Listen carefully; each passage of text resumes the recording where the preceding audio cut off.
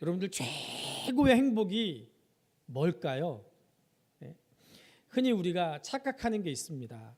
우리 인생의 모든 의무감에서 해방되고 우리가 하고 싶은 것을 무엇이든지 할 수 있으면 행복할 거야 라는 그런 착각들을 많이 합니다. 어제 결혼식을 하면서 제가 이제 주례를 하면서 보니까 우리 김건주 장로님이 예상했던 대로 우시더라고요. 왜 우세요? 오랫동안 속썩이던 딸내미 이제 다른 남자한테 맡기니까 이제 그 의무감에서 벗어날 텐데 오히려 덩실덩실 춤을 추고 기뻐해야 되는 거 아니에요? 방 권사님은 좋아서 웃으시더라고요. 근데 김건주 장님은 계속 눈물 찍어내시면서 아유 속상해가지고 제가 나중에 나도 그러고 있을 거 생각하니까 아주 그냥 의무감에서 해방되면 기뻐해야 되는데 그게 아니고 기쁘면서도 한편으로는 슬프기도 하고 언제 내 딸이 저렇게 컸나 싶기도 하고 아유 저놈의 집에 저거 시집가서 잘 살까 저거 그런 생각도 나고 하니까 눈물 찍어내는 걸 거예요. 많은 사람들이 의무감에서 해방되면 우리가 하고 싶은 거 뭐든지 다 할 수 있어 이렇게 생각하죠. 많은 엄마들이 딸내미들 시집 보내고 아들들 장가 보내면 이제 우리 두 부부 행복하게 삽시다 웬걸요 시집가서 10달 만에 애를 데리고 오더라고요. 봐달라고. 얼마 전에 TV에 보니까 뉴스에 할머니들이 손목이랑 팔목이 아파가지고 병원에 그렇게 온대요. 왜요? 손주들 안 넣으라고요. 그런다는 거예요. 의무감에서 해방될 줄 알았는데 행복할 줄 알았는데 더 큰 의무감이 찾아오는 거예요. 오늘 여러분들 모세를 보세요. 모세를 보면은요 지금 관점에서 보면 결코 행복할 것 같지 않은 그런 인생을 살았습니다. 태어나자마자 죽음의 위협 가운데 나일강에 버려졌어요. 다행이라고 할지 몰라도 자신을 낳아준 어머니가 유모가 됐고요. 그리고 다른 사람의 아들로 살아야 됐습니다. 애굽의 왕자로 살아가는 것이 부유함과 권력을 가져다 줄 몰라도 모세는 정체성의 혼란으로 인해서 어려운 시절을 보내고 그리고 결국은 살인자가 되고 말았어요. 살인자가 되고만 모세는 그 인생의 황금기를 도피자로서 도망자로서 황량한 들판에서 양을 치는 그런 목자로 살아갔습니다. 모세가 신에서 하나님의 부르심을 받았을 때 모세는 이미 인생의 전성기가 지난 사람이었어요. 은퇴했어도 벌써 은퇴했어야 된 그런 사람이었는데 하나님께서 모세를 부르셔서 이스라엘을 출애굽시켜서 광야를 인도하고 가나안 땅으로 가는 그 여정에 불러주셨어요. 그런데 그 가나안 땅으로 가는 그 여정을 보세요. 불순종하는 백성들 때문에 모세가 40년 동안 또 얼마나 고생을 합니까? 결정적인 것은 이 모세가 그렇게 죽도록 고생을 해서 겨우겨우 가나안이 보이는 데까지 이끌고 온 백성과 함께 가나안 땅에 들어갔어요? 못 들어갔어요? 모세는요 가나안 땅에 들어가지 못하고 그 가나안 땅을 눈앞에 두고 하나님께로 돌아갔습니다. 요즘 사람들이 생각하는 최고의 행복가는 정말 거리가 멀어도 보통 먼 그런 인생을 산 사람이 모세였습니다. 그것도 자기가 그런 인생을 선택해서 그렇게 살았어요. 그런데 그 어느 누구도 모세를 실패자야, 당신 인생 잘못 살았어 그렇게 얘기하잖아요. 오히려 오늘 본문에 나온 것처럼 모세는 믿음의 사람이었기 때문에 지금 후대를 살아가는 우리 모두에게 모세 하면서 그 이야기를 모세의 삶을 배우게 하고 심지어는 헐리우드에서 영화로까지 만들어서 몇 번씩이나 영화화된 그런 위대한 사람이 됐습니다. 모세는 왜 이렇게 살았습니까? 의무감이나 어떤 이상 때문이 아니라 하나님을 봤기 때문에 모세가 인내할 수 있었습니다. 모세는 보이지 않는 하나님을 보는 것 같이 하면서 인내하고 참았다는 거예요. 우리가 언뜻 생각할 때 인내한다라는 것은 굉장히 고통스럽게 느껴지기도 합니다. 그런데 여러분들 생각해 보면요, 내가 무엇인가로 인해서 누군가로 인해서 인내할 수 있다면 그것은 오히려 내가 행복하다는 증거인 줄로 믿습니다. 어떤 사람이 40여 년간의 직장 생활을 마치고 은퇴했어요. 은퇴하고 나서 친구와 친척들에게 자랑합니다. 이제 나는 걱정거리 없어. 출근할 필요도 없고 서둘 것도 없고 직장 상사도 없으니까 얼마나 좋아. 이렇게 자랑을 했어요. 그런데 그 사람은 정말 인생 행복을 모르는 사람입니다. 행복은요, 여러분 무엇에서 벗어나는 게 아니더라고요. 오히려 행복은 매이는 것이 행복입니다. 어제 신랑 신부를 앞에 두고 주례를 하는데 신랑 신부가 뭐가 그렇게 좋은지, 아버지는 뒤에서 울고 있는데 신부는 그냥 웃음을 참느라고 좋아가지고 왜 그래요? 몰라서 그러죠. 이제 결혼하면 이제 현실이 돼가지고 서로에게 얽매여서 혼자 살 때는 자유롭게 살았는데 서로에게 얽매여가지고 보통 걸리적거리는 게 아닐 텐데, 게다가 조금 지나면 저렇게 아기가 생겨가지고 마음껏 하나님 앞에 예배드릴 수 있었는데 아기가 조금만 찡얼대면 일어나가지고 이렇게 안으면서 이렇게 계속 흔들어주면서 예배드리려니 이건 예배를 드리는 것도 아니고 안 드리는 것도 아니고, 게다가 그러기만 해요. 냄새나는 똥도 갈아야죠, 기저귀도 갈아야죠, 젖도 먹여야죠, 필요한 거 다 갖다 줘야죠. 게다가 돈은 또 얼마나 잡아먹어요. 그런데도 불구하고 왜 결혼을 해요? 정말로 매이지만 그것이 행복하고 그것이 좋기 때문에 그것을 즐기는 거예요. 그게 결혼이에요. 여러분, 사랑은요, 매이는 것이지 서로에게 벗어나는 거, 그게 사랑이 아닙니다. 부부나 자녀도 서로 매여 있을 때 참된 행복을 느끼는 줄로 믿습니다. 성도들은요, 자신들을 예수님의 노예로 매일 때, 스스로 예수님의 노예로 자기를 매일 때 참된 자유를 누리는 줄로 믿습니다. 세상의 돈, 권세, 명예같이 이 땅에 속한 것은요, 영원한 것이 될 수 없어요. 명예와 돈이 결코 행복을 가져다 주지 못합니다. 참된 행복은 오직 그리스도 안에서만 소유할 수 있는 줄로 믿습니다. 시편 33편 12절에서 여호와를 자기 하나님으로 삼은 나라, 곧 하나님의 기업으로 선택된 백성은 복이 있도다 라고 말씀하고 있어요. 여호와를 자기 하나님으로 삼은 나라, 하나님께 매인 나라, 하나님의 기업으로 하나님께 선택된 백성은 복이 있다는 거예요. 왜요? 거기에 하나님께 참된 행복이 있기 때문에 그렇습니다. 오늘 본문에 나오는 모세는요, 정말 어렵고 힘든 선택을 했어요. 세상의 영광을 거절하는 선택을 했고, 동족들과 함께 고난을 받는 선택을 했고, 노예로서 능력을 받는 그런 선택을 했습니다. 그럼 모세가 왜 이렇게 힘들고 세상 사람들과 다른 선택을 했습니까? 오늘 말씀을 통해서 모세의 결단과 모세의 삶 속에 담긴 믿음을 배워서 우리들도 인생을 살아가면서 예수 없는 사람들과 다른 선택과 다른 결단을 할 수 있기를 우리 주님의 이름으로 축복합니다. 먼저 23절을 보면 모세 부모의 믿음이 나와요. 히브리서 기자는 23절에서 이렇게 말합니다. 믿음으로 모세가 낳았을 때 그 부모가 아름다운 아이임을 보고 석 달 동안 숨겨 왕의 명령을 무서워하지 아니하였으며. 아멘. 여러분들, 우리가 잘 알다시피 모세가 태어날 당시에 유대인들 히브리 민족의 운명은 정말 비극적이었습니다. 애굽에 히브리인들이 너무 많아지니까 위기의식을 느낀 바로 왕이 히브리 여자들이 남자아이를 낳으면 강에 던져 죽이라는 엄명을 내렸습니다. 미국의 불법 이민자들이 자꾸 넘어오니까 트럼프 대통령이 어떻게 했어요? 장벽을 치고 있죠. 왜요? 이 불법 이민자들이 다 넘어오니까 결국에 미국 사람들의 일자리가 없어지는 거예요. 과거에 우리 선배들 세대에는 미국에 이민을 가면 미국 사람들이 도와주고 일자리도 주고 접시도 닦아가고 그래가면서 아르바이트해서 공부도 하고 먹고도 했는데, 지금은 그게 법적으로 금지됐대요.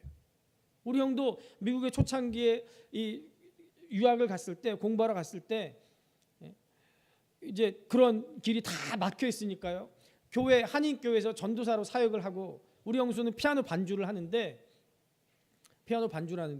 법적으로 돈을 줄 수 없으니까, 페이를 줄 수 없으니까 뭘 주냐면 상품권을 주더래요. 식당이라든지 아니면 마트에서 쓸 수 있는 상품권을 주더라는 거예요.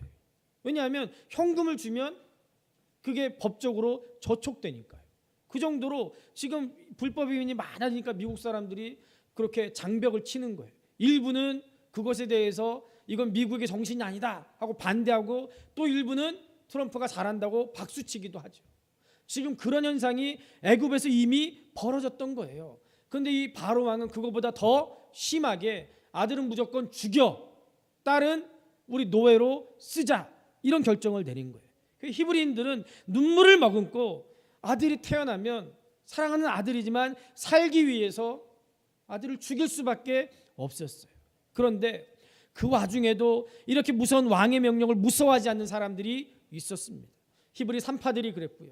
오늘 본문 말씀에 나온 모세의 부모들이 그랬습니다. 모세의 부모 아므람과 요게벳은 이 왕의 명령을 무서워하지 않고 석 달 동안이나 아이 모세를 숨겼어요. 그러면 이 부모가 어떻게 이렇게 자기 아들 죽을 수밖에 없는데 이 아이를 어떻게 이렇게 3개월 동안에 숨길 수 있었습니까? 그 아이에게 주신 하나님의 소망을 바라봤기 때문에 그렇게 모세를 숨길 수가 있었습니다. 사도행전 7장 20절을 보면 그때 모세가 났는데 하나님 보시기에 아름다운지라 라고 말씀합니다. 모세는 하나님 보시기에 아름다웠다라고 말씀합니다. 모세의 부모는 하나님의 눈으로 자기 아이 모세를 본 거예요. 하나님의 눈으로 볼 때 이 아이는 죽을 운명의 아이가 아니라는 거예요. 하나님께서 이 땅에 보내셨기 때문에 이 땅에 보내신 하나님의 뜻이 있을 거라는 걸 모세의 부모가 믿었습니다. 생명이 하나님께 있다는 걸 모세에게 믿었어요. 여러분들 저 옆에 벽면을 보세요. 좀 이 작은 글씨로 붙였지만 저게 뭐냐면요, 낙태를 왜 금지해야 되는지 성경적인 그런 원리를 적어 놓은 거예요. 왜 그래요? 요즘 우리나라에 낙태를 합법화해달라는 헌법소원이 자꾸 올라오고 있어요. 원치 않는 임신이기 때문에 뱃속에 있는 아이를 부모의 선택으로 죽여도 된다는 거예요. 심지어는요, 미국의 어떤 주지사는요, 지금 막 태어난 아이도 낙태할 수 있다라는 그런 얘기를 해요. 지금 막 태어난 아이는 뭐예요? 그 아이를 부모가 원하지 않으면 죽여도 된다라는 법을 만들어야 된다는 거예요. 지금 세상이 그래요. 우리나라도 그래요. 그런데 여러분들 생명의 주인은 누구예요? 하나님이세요.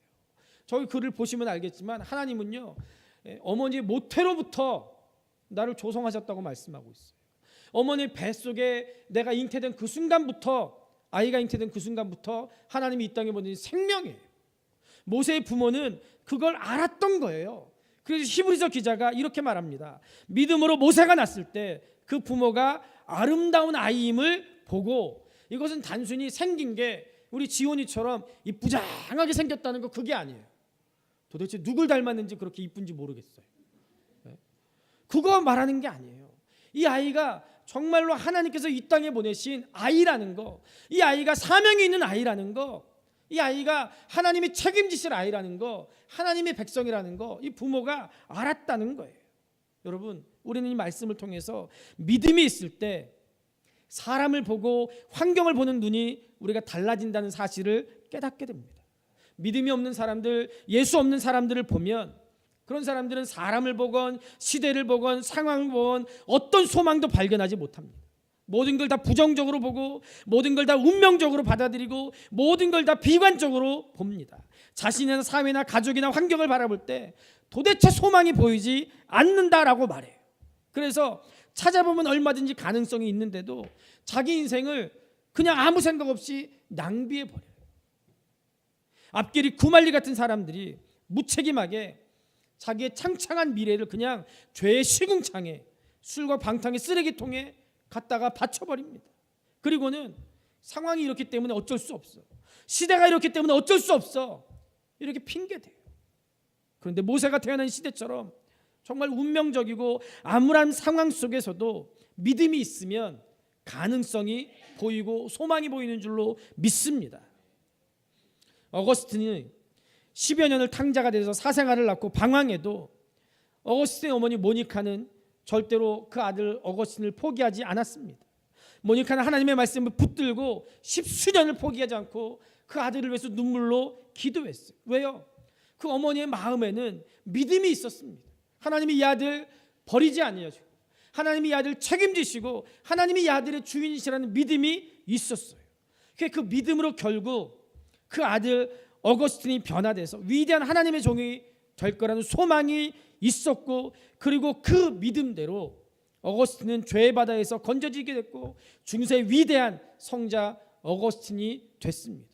지금 우리가 믿고 있는 이 신학은요, 사도 바울에서 시작돼서 바울 다음에 어거스틴, 거쳐가지고 그 다음에 칼빈을 거쳐서 지금 우리에게까지 전해진다 해도 과언이 아닐 정도로 기독교 역사에 있어서 우리에게 이 복음을 전해주는 데 있어서 굉장히 위대하게 쓰임받은 그런 사람이 이 십수년간 방탕한 생활을 했던 어거스틴이었어요. 그런데 어거스틴이 어거스틴 될 수 있었던 것은 그 어머니 모니카가 모든 사람들은 쟤 이제 글렀어, 저 인생 끝났어, 저거 어떻게 살아 저거, 그랬던 어거스틴이지만 믿음의 눈으로 자기 아들을 바라보고 포기하지 않고 하나님께 기도했던 그 기도가 있었기 때문에 탕자 어거스틴이 하나님께 쓰임받는 성자 어거스틴이 된 줄로 믿습니다. 여러분, 믿음은 보는 거예요. 절망 속에서 소망을 보는 겁니다.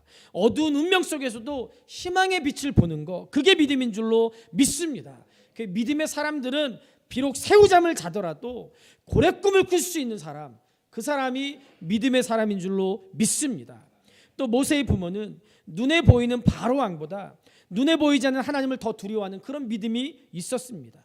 여러분, 분명히 세상의 권력은 두렵습니다. 말 한마디면 천하를 호령할 수 있는 무서운 존재가 바로 왕이었습니다. 그런데 하나님은 그 바로 왕, 애굽 왕을 지으신 분이고 애굽 왕 바로보다 더 위에 계신 분이 하나님이신 줄로 믿습니다. 모세의 부모는 이 하나님을 바라보고 믿는 믿음이 있었습니다. 그래서 바로 왕 전혀 두렵지 않았습니다. 왕의 명령이 두렵지 않았던 거예요. 여러분, 우리도 하나님에 대한 믿음이 있으면 그 어떤 것도 두려워할 필요 전혀 없습니다. 우리가 어디를 가든지 항상 하나님이 우리와 함께 계시기 때문에 그 하나님을 믿으면 무서울 게 뭐가 있겠습니까?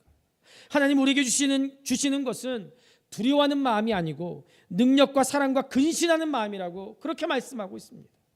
우리 모두 모세 부모와 같은 그런 믿음과 용기를 가지고 예수 없는 사람들과 다르게 생각하고 다르게 살아서 믿음의 명문 가정을 세워가시기를 우리 주님의 이름으로 축복합니다. 이제 여러분들 모세의 결단하는 믿음을 보겠습니다. 바로의 공주의 아들이 된 모세는 그때 당시 세계 최고의 나라에서 최고의 자리에 앉을 날만 기다리고 있었습니다. 이 날이 있기까지 지난 40여 년 동안 애굽의 모든 학문을 배워서 모세의 말과 행사가 능하게 됐다라고 사도행전 7장 22절에서 말씀하고 있어요. 마침내 모세가 바로가 돼서 애굽 최고의 권좌에 앉는 날, 모세의 인생은 말 그대로 세계 최고가 되는 거예요. 모세의 머리에는 금은 보석으로 장식된 왕관이 씌워지게 될 거고, 가는 곳마다 휘황찬란한 카페트가 깔리고 세계 최고의 준말을 타고 행진하게 될 것이고, 한 발자국도 걷지 않고 모든 일들을 신하들이 달라붙어 다 해주게 될 겁니다. 날마다 절세 미녀들과 파티를 열고 정말 그림 같은 아라비아 초원에서 요즘 말로 하면 골프도 칠 것이고, 레바논 백향목으로 지은 전원주택에서 세계 각국의 진기한 요리들을 날마다 맛볼 수가 있을 거예요. 그것도 1년도 아니고 죽을 때까지 그렇게 막강한 권세와 무한한 향락을 즐길 수가 있었습니다. 그리고 죽어서는 어떻게 돼요? 하늘을 찌를 듯한 피라미드에 안장돼서 영원히 썩지 않는 미라로 모세가 남을 수가 있었습니다. 여러분, 세상에 태어나서 이런 자리에 한번 앉아보고 싶지 않은 사람 그 누가 있겠습니까? 그런데 모세는 어떻게 합니까? 24절을 보세요. 믿음으로 모세는 장성하여 바로의 공주의 아들이라 칭함받기를 어떻게 했다고요? 거절했대요. 가만히 있으면 이 모든 복이 넝쿨째 굴러들어올 텐데 그 복을 어떻게 했어요? 자기 발로 뻥 차버렸어요. 그거 아니라는 거예요. 모든 사람들이 그렇게 선망하고 할 수만 있다면 부정을 저질러서라도 올라가고 싶어하는 그 자리를 모세는 스스로 사양해버렸어요. 모세가 단지 이 왕의 자리라는 벼슬만 거절한 게 아니에요. 모세가 그 자리를 발로 뻥 차버리고 나서 모세가 어떻게 됐어요? 이제는 노예가 돼버리는 거예요. 자기 백성들 히브리 노예들과 함께 고난을 받는 거예요. 능욕받는 거예요. 무시받고 천대받고 침뱉음 당하고 굴욕을 당하는 거예요. 하루아침에 하늘 꼭대기에서 땅바닥으로 떨어지는 거예요. 그것도 스스로 그렇게 선택을 했습니다. 이제는 감히 자기가 지나가면 고개를 쳐들지도 못하던 사람들이 이제는 모세를 보면서 채찍질을 하면서 이놈 저놈 욕을 해댑니다. 화려한 왕관과 비단 옷을 벗고 우통을 벗어젖히고 맨발로 매일매일 죽도록 노동을 해야 되는 거예요. 인간적으로 생각하면 얼마나 억울하고 안 이뻤고 서럽고 또 순간순간 얼마나 다시 옛날로 돌아가고 싶은 마음이 얼마나 불쑥불쑥 일어났겠습니까? 그런데 모세는 누가 시켜서 그렇게 한 것도 아니고 어쩔 수 없이 그렇게 한 것도 아니고 스스로 이 일을 선택했습니다. 그러면 모세가 왜 이런 일을 선택했습니까? 24절에 보면 모세가 믿음으로 이렇게 했다라고 말씀하고 있어요. 믿음으로 모든 특권과 영광을 거절하고 스스로 고난과 아픔과 능욕의 길을 선택했다라고 말씀하는 거예요. 왜요? 모세가 그동안 누렸던 특권과 영광은 하나님이 원하시는 것이 아니었기 때문에 그것을 과감히 거절했다는 거예요. 그러면서 도대체 모세는 그럼 어떤 믿음으로 이렇게 할 수 있었습니까? 25절과 26절을 우리 같이 한번 읽어보겠습니다. 시작. 도리어 하나님의 백성과 함께 고난받기를 잠시 죄악의 낙을 누리는 것보다 더 좋아하고 그리스도를 위하여 받는 수모를 애굽의 모든 보화보다 더 큰 제물로 여겼으니 이는 상주심을 바라봄이라. 아멘. 여러분, 일반적으로 사람들이 고난과 낙, 즐거움, 수모와 보화 중에 무엇을 더 좋아합니까? 목사님, 그걸 뭘 물어보고 그래요? 뻔하지요. 그죠? 누군가 저한테 그럼 목사님은 고난과 즐거움 중에 수모와 보화 중에 뭘 좋아하세요? 저한테 물어보면 저도 여러분들하고 똑같이 대답할 겁니다. 즐거움이 좋지요. 보화가 좋지요. 그걸 선택할 거예요. 그걸 선택할 거예요. 모세는요, 고난을 즐거움보다 더 좋아했어요. 수모받는 것을 세상의 보화보다 더 큰 제물로 여겼대요. 왜요? 모세에게는 무엇이 더 소중하고 무엇이 더 가치 있고 무엇이 더 영원한 것인가를 바라볼 줄 아는 가치관과 믿음이 있었기 때문에 그렇습니다. 예수 없는 세상 사람들은요, 당장 눈에 보이고 손에 잡히는 거, 그걸 귀하게 봅니다. 그렇기 때문에 그들의 가치관은 물질적이고 육신적일 수밖에 없습니다. 현실적이고 1차원적일 수밖에 없어요. 그러나 믿음의 사람들은 세상 쾌락보다 더 좋은 거, 더 귀한 거, 더 즐거운 게 있습니다. 육신의 안락보다 세상의 보화보다 더 귀한 것이 있습니다. 그게 뭡니까? 영적인 행복입니다. 하늘의 보화입니다. 새 역사를 창조하는 것입니다. 사람들의 인정이 아니라 하나님께 인정받고 하나님께 쓰임받고 하나님의 역사에 길이 남을 그런 믿음의 사람이 되는 것, 그것이 바로 예수 믿는 우리에게 영원한 가치가 있는 것인 줄로 믿습니다. 왜 그렇습니까? 믿음의 사람들은 눈에 보이지 않는 하나님을 믿기 때문에 그래요. 영적인 세계를 우리는 바라보고 있기 때문에, 그 영적인 세계를 믿기 때문에 그렇습니다. 하늘의 것, 하나님의 상급이 영원하다는 것에 대한 믿음이 있기 때문에 우리가 기꺼이 그것을 선택할 수 있는 거예요. 비록 거기 고난이 있고 아픔이 있고 희생이 있고 수모를 당할지라도 과감하게 이 길을 선택하는 것, 이게 바로 믿음으로 다르게 사는 사람들의 삶인 줄로 믿습니다. 모세는 이 고난이 하나님의 백성과 함께 받는 고난이고 이 수모가 그리스도를 위해서 받는 수모라는 분명한 믿음이 있었습니다. 이 고난은 하나님의 백성들을 출애굽시키기 위한 역사적인 고난이고 장차 오실 메시아 예수님의 십자가 고난에 동참하는 그런 의미 있는 고난이라는 것을 모세가 깨달았어요. 이것이 고생스럽기는 하지만 분명한 열매가 있다는 걸 모세는 알았습니다. 영광스러운 것이고 거룩한 것이고 이것의 가치가 영원한 것이라는 걸 알았습니다. 그리고 무엇보다도 이것에는 하늘의 상급이 있었어요. 모세가 이는 상주심을 바라봅니다 라고 말씀하고 있습니다. 애굽의 보화와 영광이 아무리 크고 화려하다고 할지라도 하나님께 주신 하늘의 상급보다 그게 못하다는 걸 모세가 알았습니다. 그래서 모세는 기꺼이 바로 공주의 아들이라고 칭함받는 것을 거절하고 힘들고 어려운 히브리인의 길을 걸어갈 수가 있었던 거예요. 고린도후서 4장 18절은 이렇게 말씀합니다. 우리가 주목하는 것은 보이는 것이 아니요 보이지 않는 것이니 보이는 것은 잠깐이요 보이지 않는 것은 영원함이라. 아멘. 로마서 8장 18절에도 보면 생각컨대 현재의 고난은 장차 우리에게 나타날 영광과 비교할 수 없도다 라고 말씀합니다. 모세는 이렇게 보이지 않지만 영원한 것을 선택했습니다. 장차 나타날 영광을 소망하면서 현재의 고난에 동참했어요. 모세의 선택은 결과적으로 지혜롭고 현명했습니다. 여러분, 우리도 모세처럼 더 값지고 더 소중하고 더 영원한 것을 위해서 이 땅의 작은 영광과 잠시의 쾌락을 과감하게 부인할 수 있는 그런 믿음의 사람 될 수 있기를 우리 주님의 이름으로 축복합니다.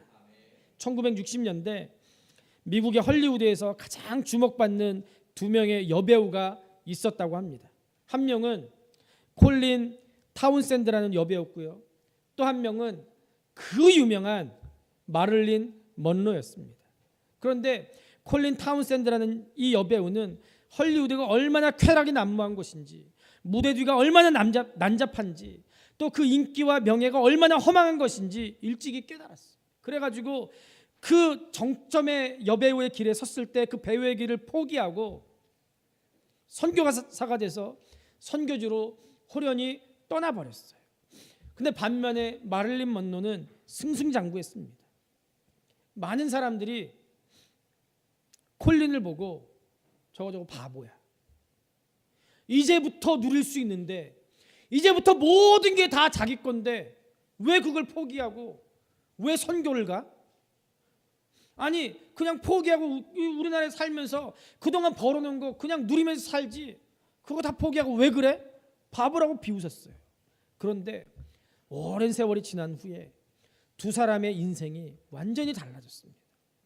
마릴린 먼로는 우리가 아는 것처럼 케네디 대통령을 비롯해서 문 남성들과 연문을 뿌리다가 마약을 복용하고 그리고 자살을 했는지 아니면 마약 중독이 돼가지고 약물 부작용으로 죽었는지, 아직도 왜 죽었는지 정확하게 모르지만 어쨌든 인생의 황금기에 그 생을 마감했어요. 반면에 이 콜린 타운샌드는요, 많은 이방인들을 주님께로 인도하는 아름다운 인생을 살았습니다. 먼로가 죽기 전에 콜린에게 이런 편지를 썼다고 합니다. 난 네가 헐리우드를 떠날 때 어리석다고 생각했었지. 또 내 경쟁 상대가 없어졌다고 마냥 좋아했었어. 그러나 이제 나는 네가 정말 부럽구나. 난 이 세상에서 가장 불행하고 가장 비참한 사람이야. 그 화려한 인생을 살았던 마릴린 먼로가 자기 스스로를 뭐라고 평가했다고요? 이 세상에서 가장 불행하고 가장 비참한 사람이야. 이게 마릴린 먼로의 자기 평가였어요. 여러분, 이 이야기는요, 우리가 인생을 살아가면서 어떤 선택을 해야 되는가를 가르쳐주는 그런 예화인 줄로 믿습니다. 25절에서 모세는 세상의 즐거움을 죄악의 낙이라고 말했어요. 그것도 잠시 죄악의 낙이다라고 표현했습니다. 세상 즐거움이 좋아 보여도 결국 그것은 죄악의 낙이에요. 그리고 그것은 잠시 잠깐이에요. 우리가 요즘 뉴스 틀면 맨날 첫 꼭지, 두 번째 꼭지, 세 번째 꼭지에 나오는 뉴스가 뭐예요? 버닝썬. 네? 젊은이들한테 오빠 오빠 하면서 우상 아이돌로 군림했던 그 연예인들이 잠시 쾌락을 쫓다가 그 인기, 그것이 영원한 줄 알았다가 그렇게 죄악의 낙에 빠져가지고 완전히 나락으로 떨어지는 그 뉴스 우리가 보고 있잖아요. 야, 부럽다. 어떻게 저렇게 젊은 나이에 성공을 해서, 그것도 연예인뿐만 아니라 사업도 잘하고, 야 정말 승승장구하는구나 그랬는데 그게 모래성으로 쌓아버린 것처럼 그냥 순식간에 없어져 버리잖아요. 그 쌓아놓은 자기만의 성 쌓고 살아가는 줄 알았는데 그거 어떻게 쌓았어요? 불법으로 그렇게 쌓아버렸어요. 죄악으로 그렇게 쌓아버렸어요. 잠시 잠깐에. 모세는요, 시편 90편 10절에서 이렇게 노래합니다. 시편 90편은 시편에 있는 유일하게 모세가 지은 시편이에요. 우리의 연수가 70이요 강건하면 80이라도 그 연수의 자랑은 수고와 슬픔뿐이요 신속히 가니 우리가 날아가나이다. 모세는 아마도 앞서간 수많은 바로들의 피라미드와 미라를 보면서 결국 인생은 한 줌의 흙으로 돌아가는구나 라는 걸 깨달았습니다. 그렇게 권력의 최정점에 있던 사람, 세계 최고의 권력을 누리면서 최고의 권력자로 살았던 사람들도 정말 화살이 날아가는 것처럼 신속하게 죽음을 향해서 날아가고 죽으면 아무가 없구나 라는 걸 깨달았어요. 세상의 온갖 쾌락들을 누려보면서 이 세상의 쾌락들 별거 아니구나 라는 걸 깨닫고 그렇게 고백하는 거예요. 마지막으로 26절을 같이 한번 읽어보겠습니다. 26절입니다. 시작. 그리스도를 위하여 받는 수모를 애굽의 모든 보화보다 더 큰 재물로 여겼으니 이는 상 주심을 바라봄이라. 아멘. 여러분, 이렇게 살 수 있었던 것은요, 결국은 삶의 태도 문제예요. 가치관의 문제예요. 인생에서 무엇이 귀중하냐, 그것의 문제예요. 우선순위가 무엇이냐는 문제예요. 여러분들은 예수님을 위해서 당하는 수모와 이 세상의 부를 선택하라면 어떤 것을 선택하겠습니까? 모세는 그리스도를 위한 수모를 택하는 그 믿음을 가졌습니다. 왜 그랬습니까? 그 수모가 영원한 천국의 상급이 된다는 것을 모세는 깨달았기 때문에 그래요. 깨달았기 때문에 그래요. 그래서 재물이냐 그리스도와 함께 고난을 받는 것이냐, 이 결정의 문제, 모세는 단호하게 그리스도와 함께 고난받는 길을 택했습니다. 지금 이렇게 주일에 오전에 나와서 예배드린 여러분들도 주님을 예배하기 위해서 세상 것을 포기하고 이 자리에 나와 있는 거예요.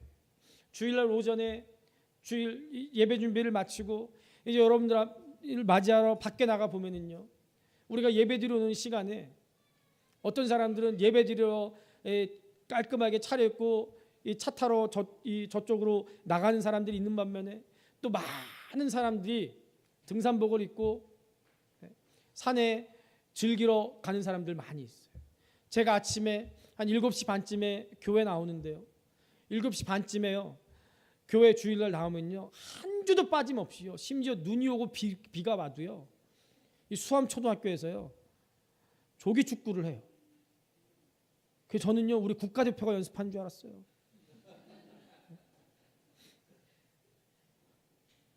수암초등학교 그 실내 체육관에 보면은요 아침이고 저녁이고요, 저녁에 매일 저녁에 교회에서 기도하고 집에 갈 때 보면요 한 번도 그 체육관에 불이 꺼진 적이 없어. 주일 아침에도요 그 일찍부터 나와가지고 이거 치는 거예요, 이거 치는 거예요, 즐기는 거예요. 그런데 여러분들 우리는 어때요? 우리도 이 시간을 포기하면 우리도 그렇게 할 수 있어요. 우리도 그렇게 할 수 있어요. 그런데 우리는 그것보다 하나님 앞에 예배드리는 거, 그게 더 가치 있는 일이라고 생각해서 주회전에 올라왔어요. 우리 김건수 장로님이 주일날 예배드리지 않는다면 아마도 한 달에 몇십만 원은 더 버실 거예요. 그런데 하나님 앞에 예배드리는 걸 선택해서 그걸 포기하는 거예요. 왜요? 그 물질보다 하나님 앞에 예배드리는 것이 훨씬 더 가치 있는 일이기 때문에, 가치 있는 일이기 때문에 그거 포기하는 거예요. 이게 바로 믿음의 사람의 다르게 사는 모습인 줄로 믿습니다.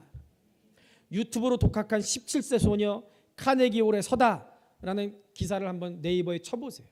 꼭 한번 보세요. 유튜브에 들어가셔서 이사도라 킴 강연 혹은 간증이라고 치면은요 세바시에 나와가지고 강연한 내용이 있어요. 한번 꼭 들어보세요. 이 이사도라 킴 김지은이라는 사람인데요, 나의 꿈은 천상의 피아니스트라는 책을 펴낸 사람입니다. 이 사람 얘기를 들어보세요. 자신은 태어난 지 얼마 되지 않아서 아버지와 어머니가 이혼해서 어머니 얼굴을 모른대요. 어머니를 한 번도 본 적이 없대요. 할머니 손에 자라나면서 음악이 유일한 벗이었대요. 4살 때 처음 가짜 피아노를 만진 이후에 누가 시키지도 않았는데 열심히 피아노 연습을 했대요. 그런데 아버지가 능력이 없었어요. 피아노를 배울 수가 없었어요. 초등학교 졸업을 앞두고 아버지가 베트남 여성분하고 재혼을 해서 베트남으로 이혼을 떠났대요. 그런데 가진 게 없으니까 베트남에서도 월세 반지하에 살면서 학교도 다닐 수 없었대요. 딸을 학교에 보내지도 못할 정도였대요. 그래가지고 집에 혼자 있는데 작은 아버지가 이 조카가 너무 불쌍해서 그런지 피아노를 사줬는데요, 그때부터 혼자 그 피아노를 치면서 혼자 피아노를 익히는 거예요. 어떻게 해요? 유튜브를 보면서. 유튜브를 보면서 저는 누군지 모르겠는데 불세출의 피아니스트 호로비츠를 비롯해서 아르헤리치, 예프게니 키신, 마우리치오 폴리니, 아는 척하세요. 우와, 이런 사람들 얘기 들어보니까 다 돌아가신 분이래요. 근데 정말 피아노에 피아노 연주에 탁월한 분들이었는데 이분들의 연주를 유튜브로 보면서 열심히 연습을 했대요. 하나님이 주신 재능이죠. 그러면서 이 사람들의 연주를 유튜브로 보면서 장단점을 비교하고 분석하면서 나중에는 그 사람들의 장점만 쏙쏙 받아들이는 그런 경지에까지 다다랐습니다. 그래가지고요, 혼자 유튜브를 보고 연습을 해서 2011년 1월에 뉴욕 카네기 메인홀 아이작 스톤 오디토리움이라는 방에서 독주회를 가졌대요. 세상 모든 음악하는 사람들이 연주하고 싶어하는 미국 뉴욕의 케네디 홀에서 독주회를 가졌는데 2,000명의 관중들이요, 그 피아노 연주를 듣고 기립박수를 해가지고요 5번의 커튼콜을 하고서야 무대를 내려왔대요. 앵콜을 5번이나 한 거예요. 그리고 무대에 내려와서 하나님께 이렇게 기도했답니다. 하나님, 이제 됐어요. 하나님, 이제 나 괜찮아요. 무슨 기도냐? 하나님, 나 이제 피아니스트의 길을 포기하겠습니다. 이제 이 사람에게는 성공의 길만 남아있어요. 이제 지긋지긋한 가난, 그것과는 이제 이별해도 되는데 그 순간에 하나님, 나 이제 됐어요. 이제 괜찮아요. 나 이제 피아니스트 이런 삶 하나님을 위해서 포기할게요. 그리고 바로 그렇게 애지중지하던 피아노를 팔아서 비행기 싹스를 마련해서 한국인 자원봉사단체 비아 이스라엘을 통해서 1년간 이스라엘에 가서 현지 중증 장애인들을 섬겼습니다. 그리고 지금은 피아노 연주와 찬양을 통해서 복음 전도에 헌신하고 있어요. 자기의 피아노 연주를 통해서, 찬양을 통해서 믿지 않는 사람들에게 복음 전도를 하고 사는 그런 삶을 선택했어요. 예수 믿어야 되고 예수밖에 구원이 없다는 사실을 평생 하나님이 주신 그 달란트 피아노를 가지고 간증하고 싶다는 거예요. 자기가 달란트를 가지고 부를 축적하고 명예를 선택하고 행복하게 살기를 소원하기보다는 소년원이나 군대, 병원이나 학교, 교회 등을 찾아가서 연주하고 섬기는 일을 내가 해보고 싶다라고 인터뷰를 했습니다.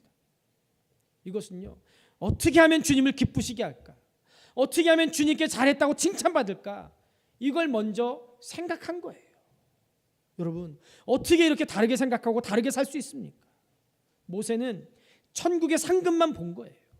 27절을 보세요. 믿음으로 애굽을 떠나 왕의 노함을 무서워하지 아니하고 곧 보이지 아니하는 자를 보는 것 같이 하여 참았으며, 상급 주신 하나님을 본 거예요. 천지 만물을 창조하신 우주의 주인이신 그 살아계신 하나님을 믿음의 눈으로 본 겁니다.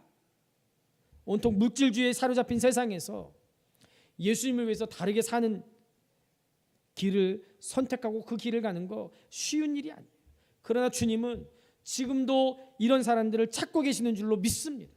지금도 이런 사람들을 위해서, 이런 사람들을 통해서 일하고 계시는 줄로 믿습니다. 영국의 C.S. 루이스는요, 기독교인 행위론에서 이런 얘기를 했어요. 역사를 읽어보면 현세를 위해서 가장 많이 일을 한 사람들은 내세를 가장 많이 생각한 사람들이었다. 무슨 얘기? 현재 하나님께 가장 귀하게 쓰임받고 역사를 위해서 귀하게 쓰임받은 사람들은 역설적이게도 이 땅에 소망을 두고 산 사람이 아니라 어디에 소망을 두고 산 사람이라고요? 하나님의 나라에 소망을 둔 사람이에요. 그러니까 이 땅에서 하나님께 쓰임받을 수 있었다는 거예요. 천국의 존재를 확신하고 천국의 상급을 바라는 사람들이 현세에서 충성을 다했다는 거예요. 그런 사람들이 로마 제국을 변화시켰고 종교개혁을 단행했고, 지금도 그런 사람들이 세계 곳곳에서 골목골목에서 주의 복음을 증거하면서 한 사람 한 사람 주님의 사람으로 만들고 있는 줄로 믿습니다. 기독교 역사는 그리스도를 위한 선교사 순환사라고 해도 과언이 아닐 거예요. 양화진 선교사 묘지에 안치된 선교사 묘는 모두 145기라고 합니다. 한국 기독교 역사연구소가 1994년에 내한 선교사 총남을 펴냈는데, 거기에 따르면 1885년부터 한국을 찾은 외국인 선교사는 90년대 중반까지 2,956명이었다고 해요. 우리나라에 온 선교사가 90년대 중반까지 2,956명이었습니다. 그 중에서 1,529명, 반이 넘는 수가 광복 이전에 한국 땅을 밟았고, 그들 가운데 10%는 한국에서 질병과 사고로 한국에 뼈를 묻었다고 합니다. 이들은 영원한 천국의 상급을 바라보는 믿음이 있었기 때문에 한국에 와서 자녀를 잃기도 했고 배우자와 사별하기도 했고 본인이 죽음을 맞이하기도 했고 선교사였던 부모님이 돌아가시는 걸 보고 그걸 봤음에도 불구하고 미국에 가서 다시 공부하고 다시 그 자녀가 한국에 와서 선교사로 헌신한 그런 예도 무수히 많이 있습니다. 소선의 복음화를 위해서 목숨을 바친 루비 캔드릭 선교사님의 비문에는 이런 기도문이 써 있다고 해요. 내게 100개의 목숨이 있다면 모두 다 조선을 위해 바치겠습니다. 왜요? 그 사람들이 우리나라랑 무슨 상관이 있어요? 그런데 이분들은 하나님의 나라를 바라봤기 때문에 이 땅을 위해서 자기의 목숨을 기꺼이 바친 거예요. 하나님, 내게 100개의 목숨이 있다면 내가 그 100개라도 아끼지 않고 바치겠습니다. 서부 아프리카는요, 아예 백인들의 무덤이라고 불렸다고 합니다. 백인들의 무덤이란 얘기는요, 선교사들의 무덤이란 얘기예요. 시에라리온의 교회 선교부는요, 초기 20년 동안 53명의 선교사들이 목숨을 잃었대요. 20년 동안 53명이라면 1년에 2명 이상의 선교사들이 순교당했다는 거예요. 라이베리아 최초의 미국 감리교 선교사였던 멜빌 콕스는 1833년에 라이베리아에 도착한 이후에 4개월 만에 순교했어요. 그런데 이 멜빌 콕스가 죽기 전에 하나님께 마지막 기도한 내용이 이거예요. 하나님, 1000명이 죽더라도 아프리카를 포기하지 말게 해주십시오. 이게 그 사람의, 그 선교사님의 마지막 기도였대요. 천국의 상급을 바라보는 사람들은 고난을 상급의 통로로 바라보는 거예요. 그러니까 기꺼이 주를 위해서 자신의 모든 것을 드리는 거예요. 기꺼이 세상을 위해서 자기가 가지고 있는 모든 걸 다 드리는 거예요. 예수님이 나를 위해 생명을 주신 것처럼 그 생명을 예수 없는 사람들에게 바치는 거예요. 그렇게 해서라도 한 사람이라도 예수 믿는다며. 마태복음 5장 11절에서 12절이 이렇게 말씀합니다. 나로 말미암아 너희를 욕하고 박해하고 거짓으로 너희를 거슬러 모든 악한 말을 할 때에는 너희에게 복이 있나니 기뻐하고 즐거워하라. 하늘에서 너희의 상이 큼이라. 너희 전에 있던 선지자들도 이같이 박해하였느니라. 여러분, 우리는 구원받은 하나님의 백성입니다. 우리 모두 다 우리 이전에 살았던 선교사님들처럼 모세처럼 그렇게 살라는 건 아니에요. 우린 우리 나름대로 그리스도인답게 사는 방법이 있을 겁니다. 세상과 다르게 사는 방법이 있을 겁니다. 그러면 여러분, 이제는 우리가 답게 살아야 돼요. 그리스도인답게, 신앙인답게, 목사답게, 장로답게, 권사답게, 집사답게, 성도답게 살아야 됩니다. 교회가 이제는 정말 교회다워야 돼요.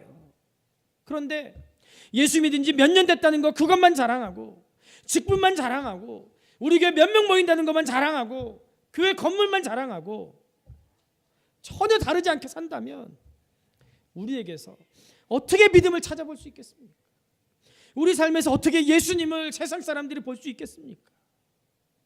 여러분, 내 삶 가운데 하나님께서 영광 받으시고 계십니까? 아직도 예수 없는 사람들과 다를 바 없는 그런 시시한 삶을 살고 있지는 않습니까? 여러분, 무엇 때문에 두려워하십니까? 환경을 두려워하고 있습니까? 환경을 주장하고 바꾸시는 그 하나님을 두려워하는 시선으로 우리의 시선이 바뀌어야 돼요. 다르게 살아야 돼요. 이제는 여러분들 좋은 게 좋은 거야, 그런 생각 버려야 돼요. 은혜도 누리고 세상 것도 포기하지 못하는 그런 거 세상에 없습니다. 이제 결단해요. 다르게 살아야 돼요. 다르게 생각해야 돼요. 주님이 우리를 부르시는 그 믿음의 영역으로 완전히 들어와야 돼요. 들어와야 돼요. 그저 성경을 읽고 예배 드리고 말씀 듣고 여기서 그치는 게 아니라 하나님의 말씀으로 훈련받고 예수님의 제자로서의 삶을 이제 살아야 돼요. 그렇게 결단해야 돼요. 성도들 한 사람 한 사람이 목사의 제자가 아니고 목사의 사람이 아니라 예수님의 제자, 예수님의 사람으로 훈련돼야 돼요. 그리고 그렇게 살아야 돼요. 그럼 마지막 때 하나님이 우리에게 주신 영광된 사명을 타협하지 말고 믿음의 굳게 서서 그 믿음을 지켜나가시는, 그래서 예수 없는 사람들과 다르게 사는 저 여러분들 될 수 있기를 우리 주님의 이름으로 축복합니다.